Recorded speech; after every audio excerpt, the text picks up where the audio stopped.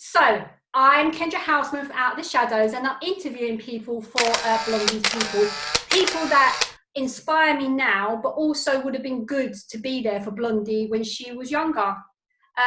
Today, I'm talking to my friend who's a little bit nervous. So, who are you, and what are you doing here?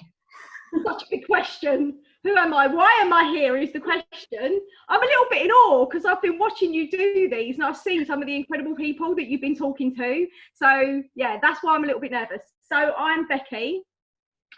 I work at a local secondary school in Thanet. It's quite a deprived area, and I work in the SEN department. I'm the intervention coordinator.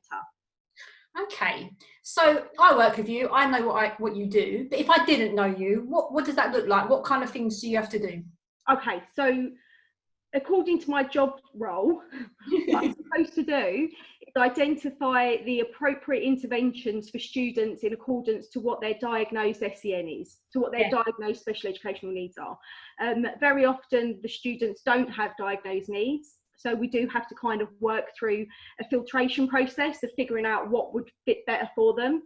So an intervention will be a small group or one-to-one based situation where they work with one of our incredible teaching assistants who then deliver a set programme of work to try and fill those gaps in their understanding. Do you ever have to make the programme of work up, or do you get it from somewhere, or do you? Oh, I make it up all the time, the time. I've actually made up with a colleague who left quite a long time ago. We made up a 3-year rolling programme for teaching kids social communication skills. It's not because there's a lack of resources out there. There are some incredible resources out there, and there are some incredibly generous professionals who share their stuff on a wide forum. So you can find things, but I just think SEN is such a individualised issue that it just works for me very often to just revisit these things and write them, make it more bespoke. It's very bespoke. I've seen the stuff that you do and it is bespoke. Now, before we go any further, because Becky's very worried that people are going to say, is she a specialist? So here where we are, right? To me, Becky is a specialist. It's who I've always gone to and always will go to. And before we even get started, this woman knows what she's talking about, and she's going to break it down, I hope, on a very easy level. So we'll come back to me a little bit. I had SEN all my life, I would imagine, I don't know. But I didn't get diagnosed with ADHD until I was 24, and I didn't get diagnosed with being dyslexic until I was 21. I displayed it all in school. And the 2 doctors that eventually dealt with me said that the problem could have been because it presents different in females. Mm-hmm. True? Not true? Like, how does that sit with you, and what's your thoughts on that? It doesn't sit well with me, but it's a fact. Yeah. And it is something that I think is getting better slowly. So I've been doing this for a very, very long time now. I've worked at the school I'm at for 15 years. And when I first started zoning in particular around social communication difficulties, the ratio of males to female that were being diagnosed was something ridiculous, like 20-1. Really? It was absolutely ridiculous. Those figures have dropped. Yeah. So we are getting better at identifying females in that particular area. Yeah. But still the ratio is far higher.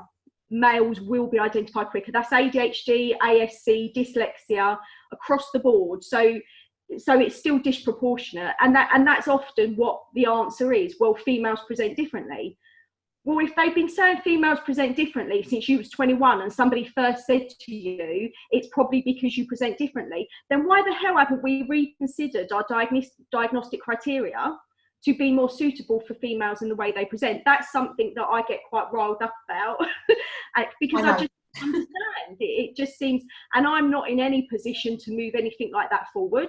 And there are lots of things that I don't know that could be going on to address that. But I do know that it's not happening enough that we are seeing any of those changes. What problems can that cause? I mean, I'm thinking of one student in particular, but obviously we can't name them. What students does that cause? What problems does that cause if a girl isn't diagnosed and has to sort of go through school to year 9, say, and they haven't got a formal diagnosis? What pressure does that put you in your role? I mean, it just goes so far. That's just so massive. It can be something as some of the girls that we get in when they come into year 7 have gone the whole way through primary without being diagnosed. Yeah. And that's because primary is a very cushy little area. I mean, obviously they're expected to work to their levels, don't get me wrong, but because it's a very safe, predictable kind of living, it just doesn't come through. So that's no blame on the primary school. And obviously we have to then hit the ground running, because by about term 2 of them being in secondary, they're flagging. It's all going dreadfully wrong. And that very often presents, especially, I will keep harping back to autism, because that's kind of where my area lies, but especially around friendships. And so then you have this constant battle between little groups of friends getting into issues, or you have these girls that are just completely isolated and have got nobody to spend any time with. And that can overspill in a lot of different ways. So it may well be that they then start trying to identify with groups of friends that aren't necessarily the right group of friend for them. Yep. Or they become more and more isolated. And then they become identified by some of the kids as being a bit of an easy target. And it just can spill over into so many different areas. So then by the time you get to year 9, which obviously by then all of the hormones are kicking in, it can be really dangerous. And you know, especially in some of the areas you work in, these girls can get themselves involved with things that they should have, that nobody's got any business being involved in, but they should just never have been around that kind of atmosphere or environment. And sometimes they're not aware of the danger, are they? Even though we sit and talk with them same pupils, they just like oblivious to it. And you're right, autism is where you're autism champion, that's where your specialities lie. For me, when my own daughter, who's still going through the process, she's undiagnosed SEN, but if we want to break it down, there's speech and communication before we get there. The fact that I can say there's speech and communication has come from you, not from no one else. There's only one other person that's helped me understand my daughter's SEN needs, and that's a lady called Sophie. But you're the one that has shown me everything. So tell me about autism in girls, because I didn't even know that's what was going on really until I spoke to you. So how does that look for people? I mean, it really varies. I think the older the female gets as well, it presents quite differently. So very often with the younger girls, you do notice that they are either, as I said before, circulating in groups of people where they don't truly understand what's going on, or they're very isolated, they're getting into trouble in class. One of the big things that I notice is that very often they're written off quite quickly as being either arrogant or disengaged or too blunt. Naughty, that is always, or just, you know, they're kind of viewed as being a bit of a madam, or they're a little bit pedantic because they don't want to toe the line, because there is this expectation of how females will, and I don't care what anyone says, it's not a spoken expectation, it's there. You know, it's, people talk about the fact that females do better in school, so there does seem to be this expectation that most females will toe the line and behave a particular way. So when you get that female who can't just engage the way that they're expected to, they then get that label within the classroom. And so then they've also got that issue within the classroom, they've got that issue within their social environment, they become more and more isolated, and they internalise, and then it can go down the route of self-harm. Yeah. To me, there seems to be a massive correlation between a lot of our female students self-harming, the rise in mental health among our female students, issues with mental health. There's also the question of gender. A lot of the females do start questioning their place, who they are, their identity. And for a lot of them, that identity is the key word. Yeah. What is my identity in my social environment? What is my identity as an individual? Where do I fit? What we see quite a lot, don't we, Becky, in the work that we do, is we see girls that will then sometimes go online and start drawing towards other people who aren't in their immediate circle. And a lot of the times, then people are looking to cause harm, are looking to exploit. And then breaking that down to somebody who doesn't see the same social barriers as we do can be difficult, can't it? Definitely. I mean, we've had to do it. It's heartbreaking, because these individuals think that they found their people. Yeah. They think that they found people that are interested in them. and they don't understand that they're not interested in what you think they're interested in. No, they haven't got a clue. In another interview, it's not gone out yet, but I speak, and the person says people don't want to have to look at the fact that SEN students are at a high risk of sexual exploitation.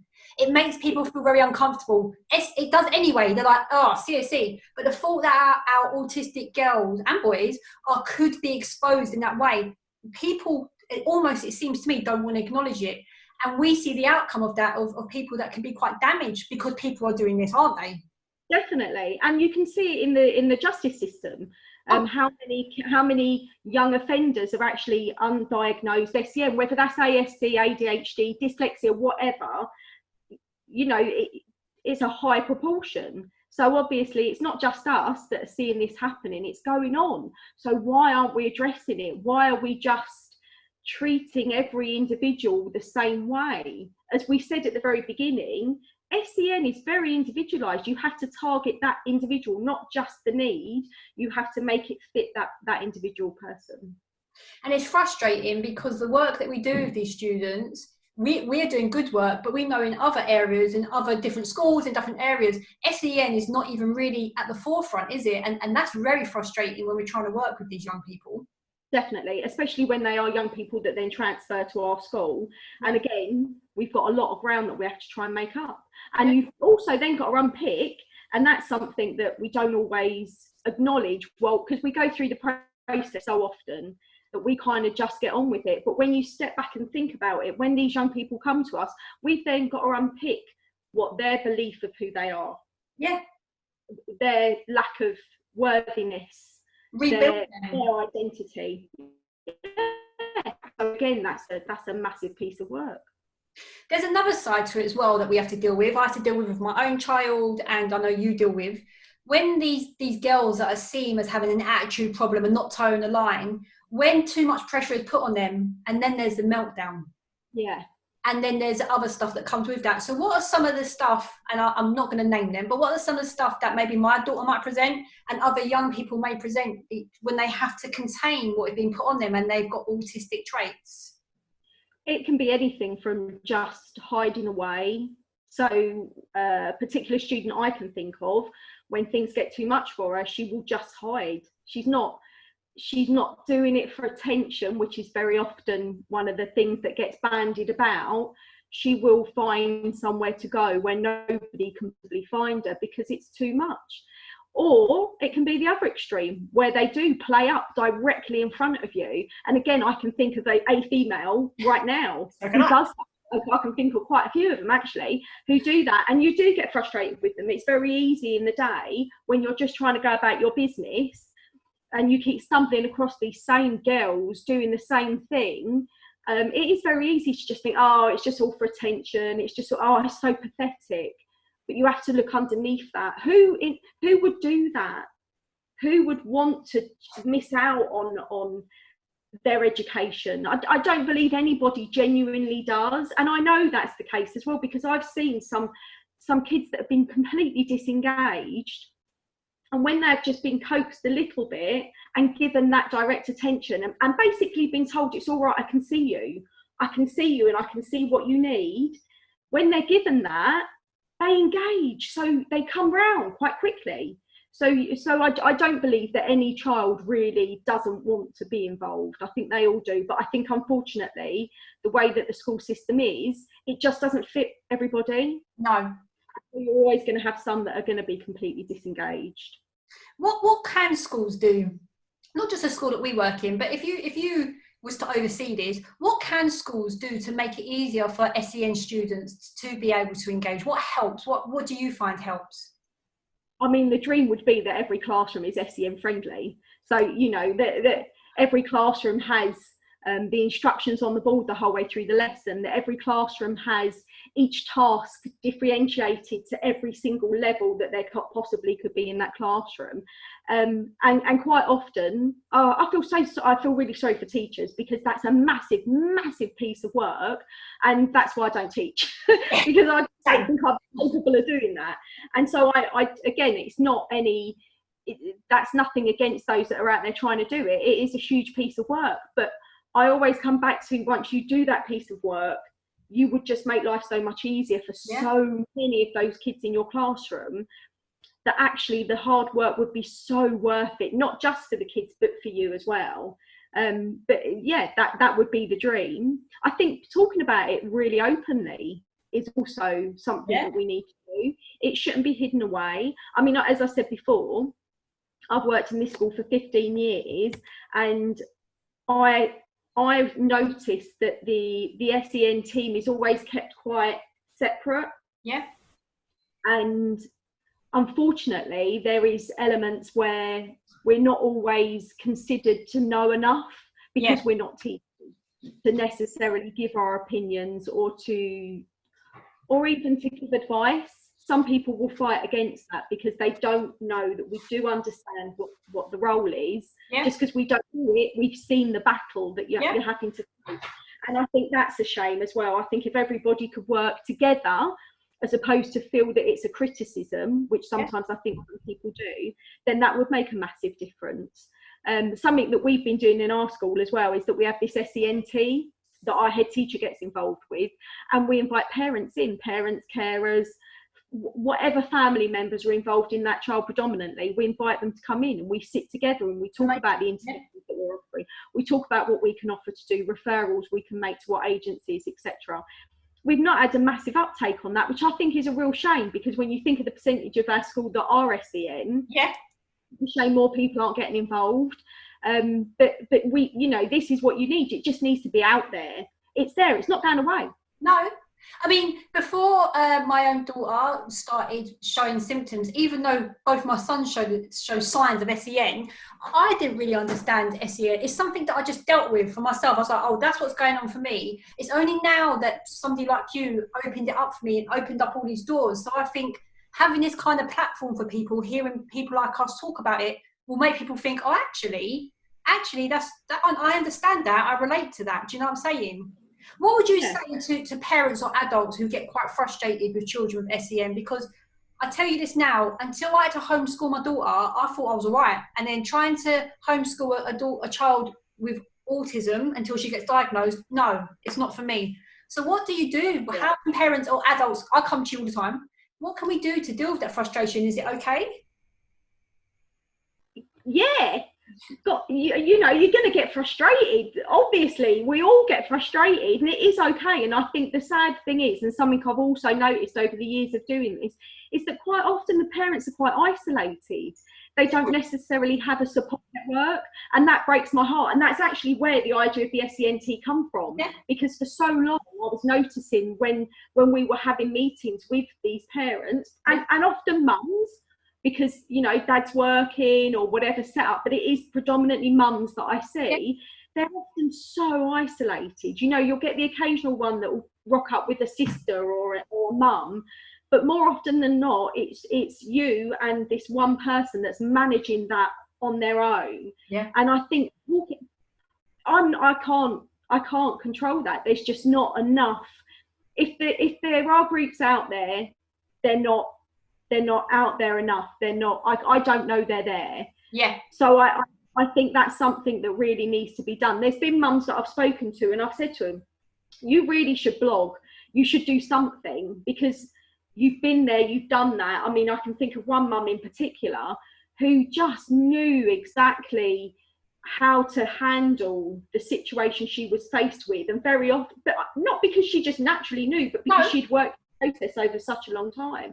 And I think that's got to be one of the saddest things. There's just not enough of a support team around these families, and so we try to do that for our families as much as possible, and I hope they know that.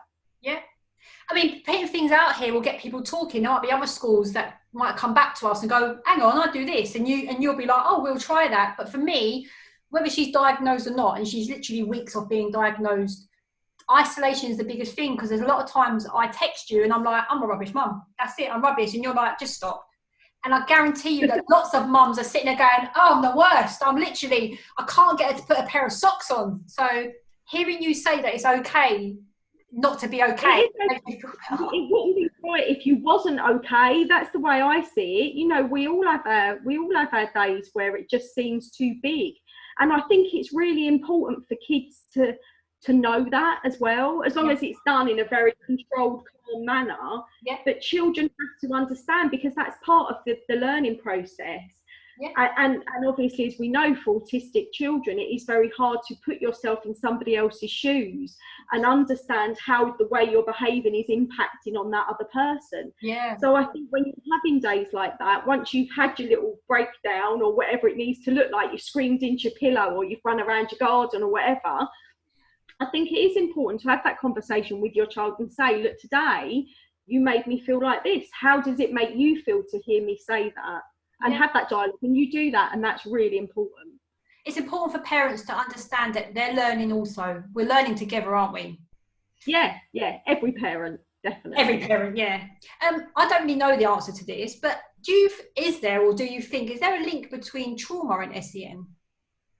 Yeah, definitely. Okay. Definitely. I'm not qualified enough to say exactly how that works. No. 100%. Because, you know, adverse childhood experiences, they are going to have an impact upon the neurological development of that child.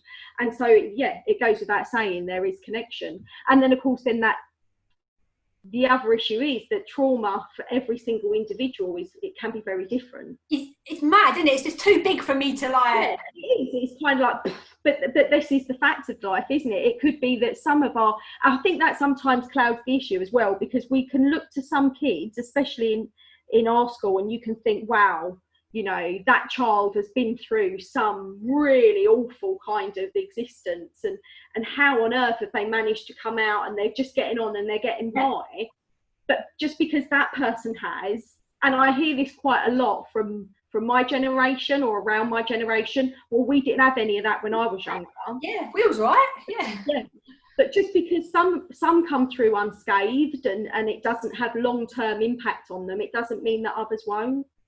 So I think that's something else that we are beginning to understand, and how we address that. I don't know. It'll unfold over time, I suppose. It will. There's a lot of work being done on ACEs, adverse childhood experiences, and I think that more people are looking into it. So what I hope is part of what I'm doing, talking like this, is that maybe people that work within trauma will link with somebody like you in SEN and go, actually, can we have a look at that? That's my hoping anyway. We're really lucky. I mean, we're supported by a lot of external agencies, and they're incredible, and we get a lot of training. I mean, even during lockdown, we've been having weekly Zoom training by one of the external agencies that support us. So we are constantly developing our knowledge base. And one of the recent ones that we did was around trauma. And the crazy thing is, so often the same types of intervention, the same changes within the school environment will work for everybody. Okay. So once we do acknowledge it, and once we do say, it's not going to change, then I think to make those changes within the school environment wouldn't take that much. No. But then I'm not a school leader. I don't know. What am I? You should be, but you're not. What made you want to be involved in the job that you do? What led to it? I don't think that's what you wanted to be when you grew up, and so I don't know. But what made you become involved, and what makes you? Because the fire that you have for SEN scares me. When you go off on one, I'm like, everyone's like, okay. So where's that come from, Beck? So why do you love it so much? I have no idea. Honest to God, I'll tell you the truth. I took the job because it fitted around my eldest.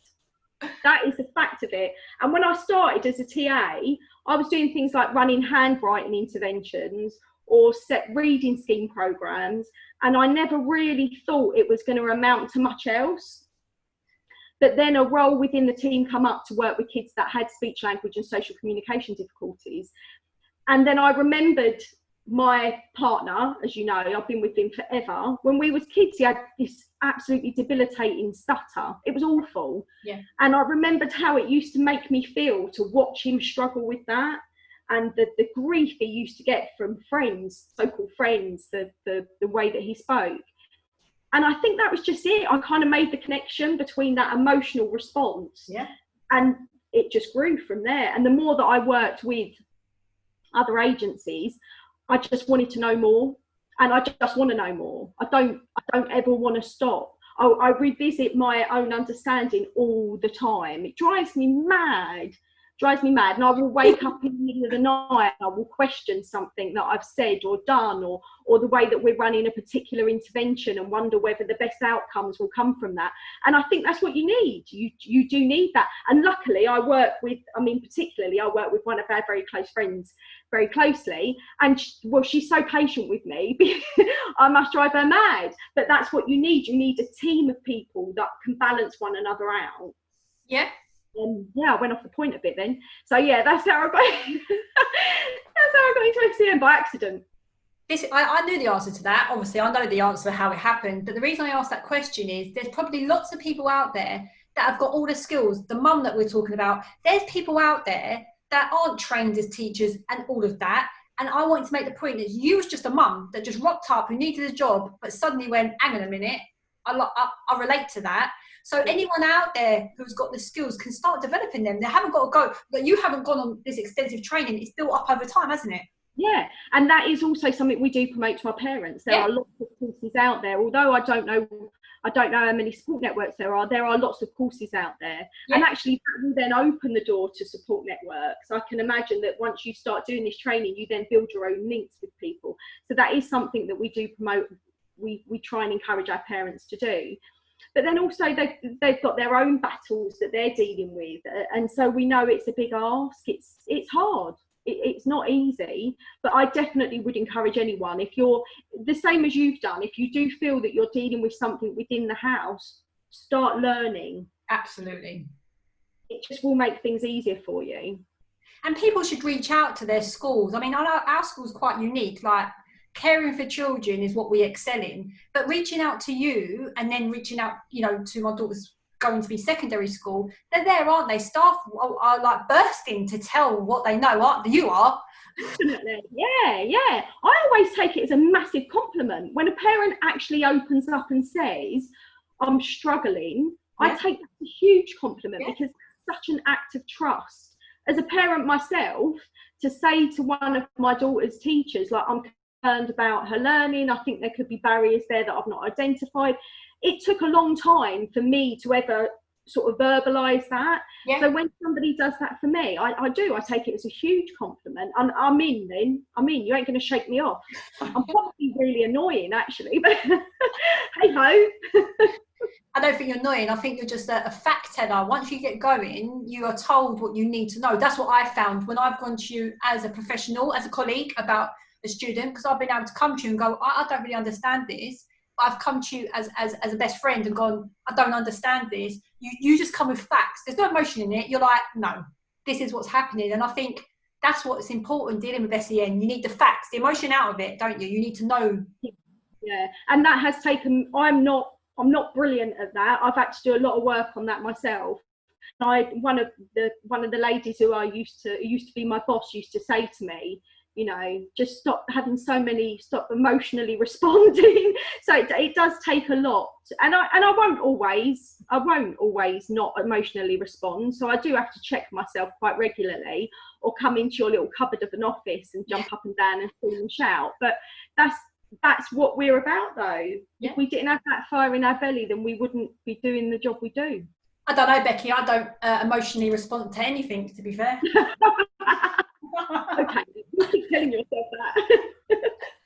You work, we talk a lot about young people and students and stuff like that, but you also work within an environment when there's a lot of adults with SEN needs. So if we just look at me, what barriers do you see for me? So my dyslexia can be disgustingly awful, and I'll let you tell me. So what barriers do you see for me at work with my SEN needs?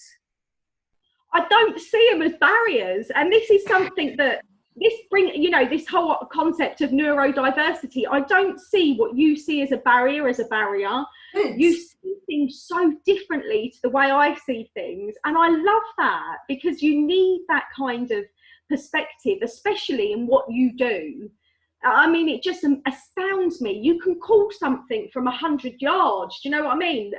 And whereas the rest of us just see it for face value, you'll dig and you'll go underneath that. So I can't say that I see anything as a barrier.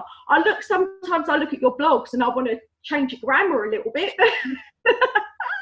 But again, it's not a barrier because it's you. And I think as well that just it's such an incredible role model for children and adults that don't think they should do certain things because they've been diagnosed or they're undiagnosed. You own it. So are you saying that it's okay for people like me or with autism that we can just walk around being ourselves? Is that what you're saying? It's not okay. It just should be. It just, there is no okay or anything. It just should be. Because we're never going to get any better. I just think a society will just thrive when people can just be who they are. Oh, please. Everyone trying to pigeonhole themselves into a certain way of being. It's just never going to work because you're always going to have an element of society that is just breaking their heart to be something they're not, and that's just not okay. So yes, be yourself. What do you think? I mean, I've said this to most people. Obviously, you didn't know Blondie, but you know of her. I talk about her enough. What would have been different for Blondie if school had been different? So it's completely different. You've got to remember, we're talking, I'm 40, we'll talk about from when I was 12. But what would have been different if she had got what she had needed at that point? It's so hard to say in it because as you and I know, there are some that do slip through the cracks, and that's always going to happen. But I just think you probably always was the person that you are now. And if you had just had the right people to reach out to you and say, actually, you don't want to be doing this. Yeah. You don't want to be doing this. You just need a different direction in life. You just need the support to understand what's going on in your head and to have that support at home, and just have somewhere else to go where you didn't feel judged, where you didn't feel that people had already written you off. You wouldn't have had to go through everything you've gone through. I get quite angry about it. I hate the idea of any child being out there and suffering the way that you did because it's so unnecessary. It's so unnecessary. So yeah, life would have been, I like to think life would have been very different for you. If you had been in our school now, you would have had you would have had me, you would have had, our team, our guys, Wills, Kerry, all of them, Tom, they would have been there for you. And it just breaks my heart that there are still kids that occasionally slip through, but we're getting better. We're on it. I think that if Blondie had gone to our school and had us as a team, she would have never suffered for as long as she did. Yeah. Stuff would have still happened, but it wouldn't have gone on for as long as it did because we would have stopped it because that's what we do. It wouldn't have happened in the same way. And it's even just the little things. Yeah, we may not catch everything straight away, but it's just, for some kids, it's just knowing that there are a friendly face. There's somebody that day that's going to know your name. They're going to ask you how they are, and they genuinely want to know how you are. And even if they can't, or you feel, and I should think that's quite hard for a lot of our kids because they have managed for a long time on their own and feeling as if they're invisible. Yep. But even if you don't believe that person can help you, and I know sometimes you face that, it's just knowing that they'll constantly be there, and eventually you'll let them in and things will be different. I think that's exactly what I'm trying to get through with Blondie's people. So the reason, like I said at the beginning, you're here is because if you had been who you are now to Blondie when she was younger, life would have been different. But also, as part of Blondie's people, who you are for me now makes my life a lot different. Without you, there's loads of stuff I want to be able to do. And she hates this. What I'm doing right now, she hates that I'm doing it. I'm going to say it. Yeah. What Blondie also needed, forget SEN, if you had been 14 and I had been 14 and we had been friends, I think life would have been different for me because you're one of the few people that wants the best for me. Nothing to do with you. You never try and get nothing out of me. Whatever you do for me is usually for me. And so for that is really why you're one of Blondie's people, because I think you've always been my friend, if that makes sense. I honestly, it looks like I'm doing it selflessly, but you don't know how much you bring to me. Now this is turning into a bit of a love session, but it's the truth. And this is going back to what I said before about the fact that your SEN isn't a barrier. The way you look at things, you kick me up the backside regularly, and you do. We didn't come from exactly the same backgrounds, but we both come from working class London families, and there was no it was, you know, my parents did know I'd do all right, and they had an expectation that I would always do my best. But, you know, there was never a massive expectation to do university or go on to higher education or whatever. But at the same time, I've lost the point that I was trying to make. What I'm trying to say is that it is. No, it's gone. This is what you never know, right? She sounds mental. The woman's got a law degree. She's just mad. Oh my God, I am. And look, I'm sweating out. This is ridiculous. I can't remember the point I was trying to make. What I'll say to you is, about 12 o'clock tonight and go, I remember what it was. my point that you took over is that the most important why you're one of Blondy's people is that you're a true friend. But I think you would have been a true friend back then as well. You would never have looked at Blondy and gone, she's horrible. Trying to make. So the fact that we weren't exactly in the same place at that age, I think we would have understood each other. Absolutely. And fundamentally, that's because we would accept each other. And that comes back to that whole point of, yes, people should be who they are, because it can only make things better. Yay! I made my point. I ask everyone the same question, so I'm going to ask you, what, if anything, have you learned about yourself in lockdown or about others? What have I learned? Oh my God. Have you learned anything? Oh, definitely. I'll tell you what I've learned. Go on. I've learned that I shouldn't put limitations on myself. I don't know why I think lockdown's just given me that time to kind of be reflective. Yes. So I've definitely learned that during lockdown. I've learned that I can fill my time with eating stuff far more than I should. I've learned other stuff as well, but yeah, I can't really verbalise it right now. To tell you what I've learned, and this goes to our whole group, I've learned that if you really love someone or they're really your friend or whatever, lockdown, distance, nothing will change that. Because me and you and our group, we started out as work colleagues, but we've had the best time during lockdown via Zoom and phone calls. Like this morning, we were sharing memories. So for me, I've learned that how important it is for me to have real friends, not just seasoned friends.